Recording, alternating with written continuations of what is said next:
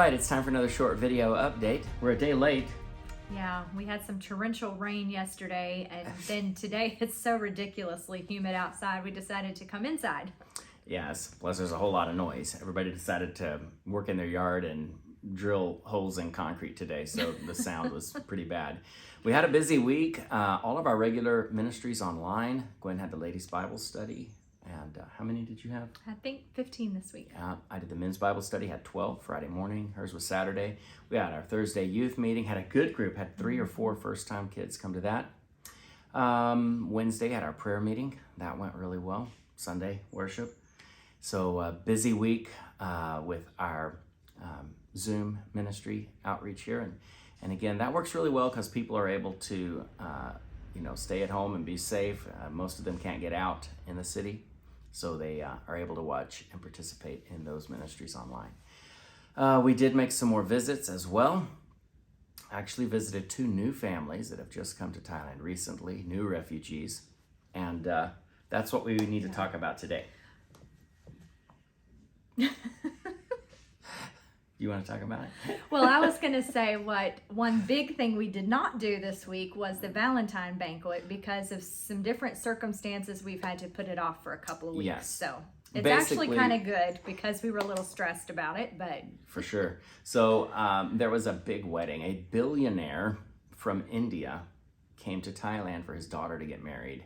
And they basically took all of the refugees and asylum seekers from Bangkok to another city, and they had a huge banquet for this billionaire's daughter that got married. So they were all gone for several days. These weddings are like 3 or 4 days long. So and it's a blessing for them because it is work for them, and they're going to get paid for this. So. Yeah, they pay them in cash. So it's a safe way for them to get paid, and then but they just have to get there and get back.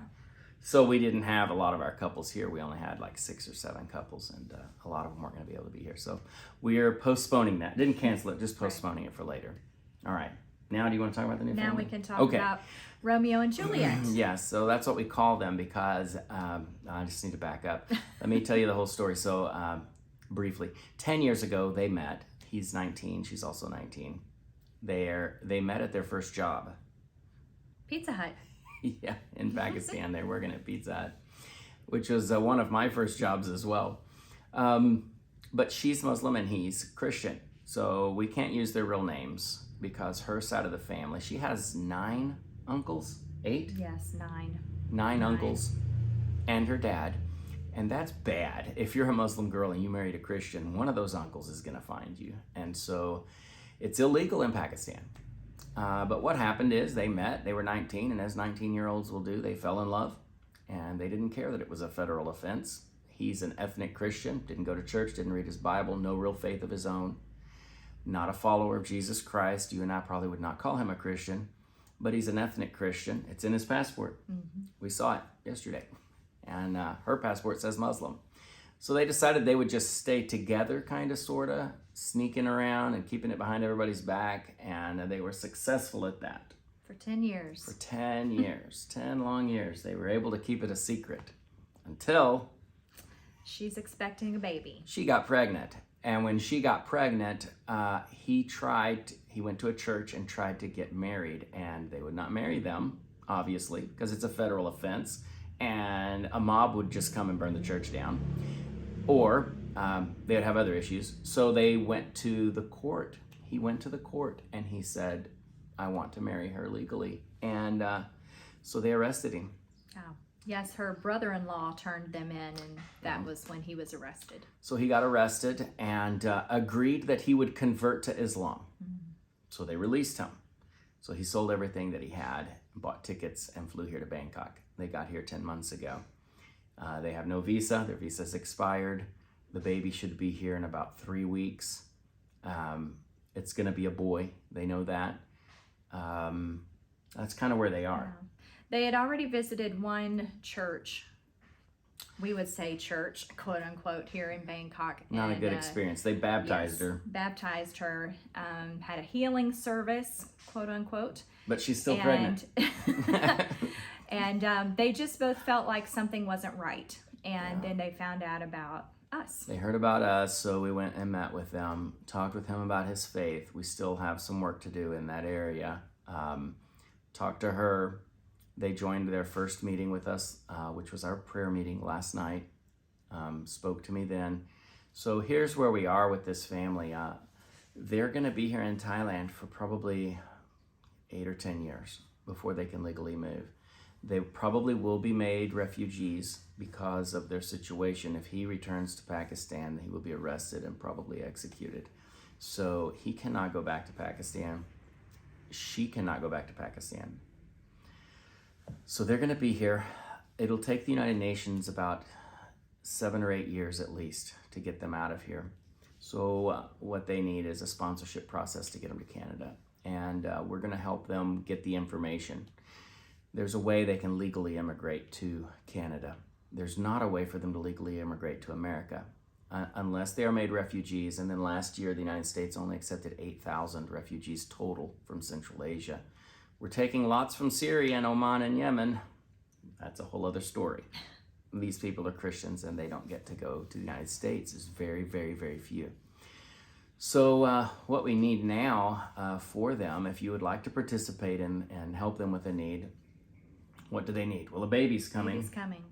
They don't have anything. In their little apartment, there is a bed, a mattress on a frame. What else was in there? They didn't have a table or chairs. Mm-hmm. He sat on the floor when we talked. She sat on the bed with my wife and I. They had a little refrigerator and basically one small closet. Yeah, one small closet that they had their clothes in. They have nothing for a baby. And the baby, they have an appointment today. And the doctor gave a delivery date of around March 1st. That's less than 2 weeks. And they don't have a blanket. They don't have a crib. They don't have a diaper. Nothing. And they don't know hardly anyone here.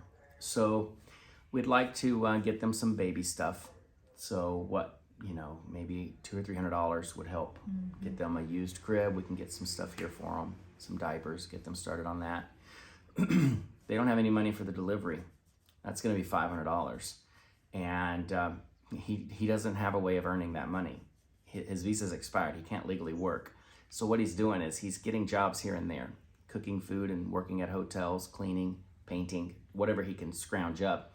But it's just enough for them to survive. They can't save up for the birth. So we need $500 for their birth, $200 or $300 for some baby stuff. And that should set them up. Their rent is $100 a month for their little apartment. They're happy staying there. They're in a safe place. It's just a teeny tiny apartment, but that's fine. That's all they need. So we could use that plus some food money just to help him out. He can work and subsidize that. So we'll probably try to help him with that. But those are kind of the needs right now. If you guys want to help, there's ways you can help. Just look online on our website. If you mail a check to our church, put Baby Peter. That's the best way. Put Baby Peter and on the check, and then we'll know who to get it to. But that's kind of what's going on this week. I have high hopes for this gentleman that A, he'll become a true believer. B, that he will get discipled. And C, that he'll become involved in our ministry and be useful in reaching people. He has a unique perspective. A lot of the Christians that come from Pakistan are persecuted by the Muslims and despise them. So they're not useful in reaching them. They're much like the Jews in the Old Testament, in the beginning of the church. He's married to a Muslim and he loves her family and he doesn't hate anybody. It's just the situation they're in. She's able to speak to her family, but not tell them where she is. So we blur their face out in the pictures. We don't use their names, and just for their own safety. She's able to speak to her sisters, but her parents don't know where. Yeah, her parents can't know where she is. She's got 3 sisters. 4 sisters. And so that's kind of what's going on for this week. They are very open. They asked a lot of good questions about our beliefs, and that continued to ask some questions after we were explaining what we believe. So they're very open. Yes. Well, they're in a place where they need help. And so we are trying to communicate with them without taking advantage of them and we want to make sure that it's sincere and it's real. Whatever happens in their lives, we want to make sure it's the Holy Spirit leading and it's God doing the work. Yes. We're just here as servants delivering the message. But pray for them, and I think we should just call them Romeo and Juliet, and the Lord knows who they are. And we'll probably have some baby pictures to post here in a week or two. I don't know, she looked little. I don't think she's ready. I don't know. I think this baby's coming later. But the doctor says March 1st. So that's what's going on for this week. What else do we have? Well, pray for us for next week. We are going to be leaving the big city, and the kids are going to missionary camp, and Randy and I are going to celebrate Valentine's Day a week late. We're going off the grid, right? We are. I've got a couple of people that'll have my phone number in case of emergency. And so next week, there will not be a video. No, there will not. There will not be a video next week, unless we make it like Saturday or Sunday when we come back. But thank you all for your faithful support.